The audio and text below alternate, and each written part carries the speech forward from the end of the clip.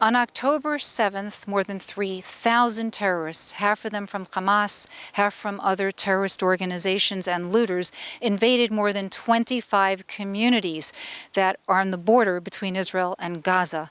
They came in, they killed, they set people on fire, and they kidnapped almost 199 plus people.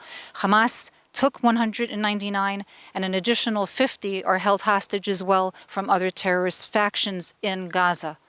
Additionally, more than 6,700 rockets have come into Israel through cities throughout the country.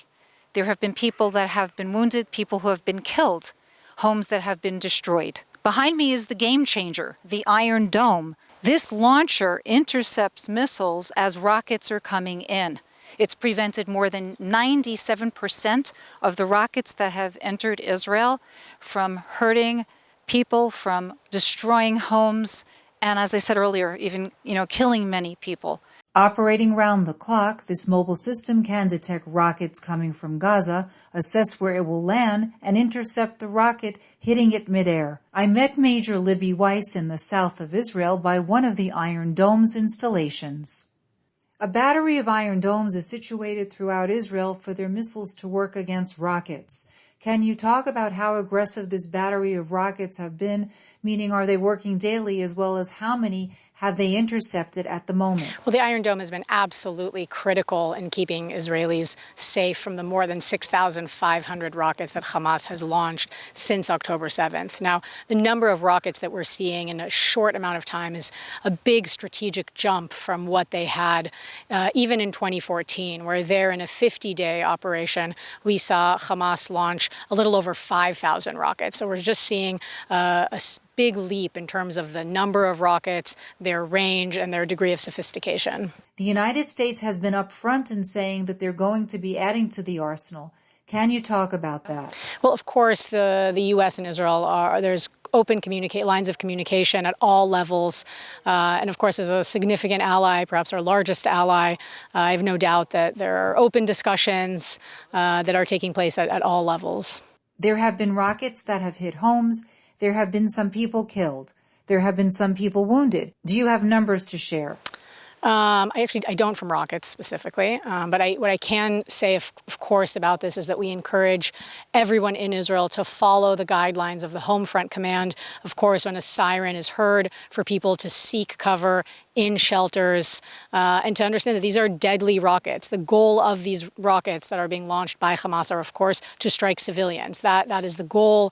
And of course, running to the shelters and following the instructions that the Home Front Command is providing is the best way to stay safe in one of these barrages. There have been incidents where the sirens did not go off. What are people supposed to do in those situations? Well, in those cases, of course, the Home Front Command actually has an app that can be downloaded on your phone, which can give you real-time updates about the situation, where you are specifically, and can provide guidelines in the event that a siren isn't sounded. Do you feel that the Israeli Defense Forces are ready for a multi-border war? We're a strong military, and we are well aware of the actors operating around us.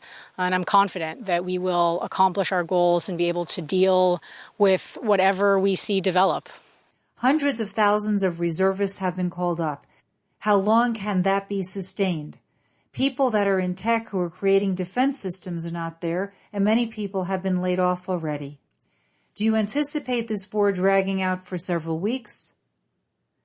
Well, I can speak to the military, and we've had more than 300,000 reservists who have been called up. And I think if you ask any Israeli, there is a real sense that we are united behind this mission. We have people who are coming from all over the world, Israelis who are coming back to serve in the reserves.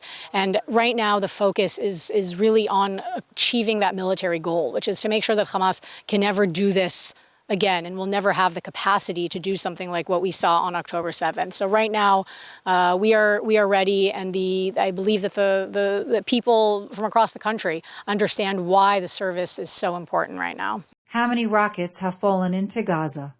Well, we know that hundreds of rockets have fallen into the Gaza Strip, which I think is just another example of the disregard that Hamas has for the well-being of their own people and the price that they're willing to pay within the Gaza Strip in order to strike Israeli communities across the country. From the south of Israel, Felice Friedson reporting for the Media Line.